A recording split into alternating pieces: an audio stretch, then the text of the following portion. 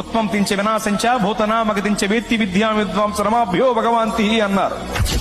అంటే దేవుడనబడిన వాడు సృష్టించుటకు సంహరించుటకు తగిన శక్తి కలిగి ఉండాలి. భూత భవిష్యత్ వర్తమాన కాల విషయములు ఎరిగి ఉండాలి. ఈ అర్హతలు కలిగిన వాడే దేవుడు అని భావం.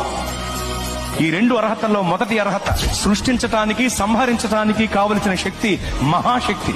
అంటే మహాశక్తి కలిగిన వాడే దేవుడు, అనగా మహాశక్తివంతుడే దేవుడు. మరి మహాశక్తివంతుడు ఎవరు?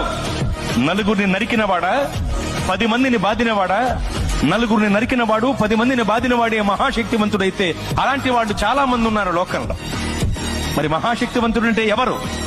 ప్రపంచమంతా దేన్నైతే జయించలేకపోతుందో దానిని జయించిన వాడే మహాశక్తివంతుడు.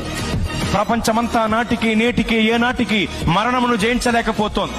మరణమనే మహమ్మారి మర్యాద లేనిదై మానవ జాతిపై విరుచుకుబడి మరణ మృదంగాన్ని మ్రోగిస్తూ విజయ వికటట్టహాసం చేసి వెర్రవీగుతుంటే మరణమనే మహమ్మారి యొక్క పీచమణిచి దాన్ని ముళ్ళు విరిచి మరణమును జయించి తిరిగి లేచిన మహాశక్తివంతుడు యేసు ప్రభువు వారు మాత్రమే.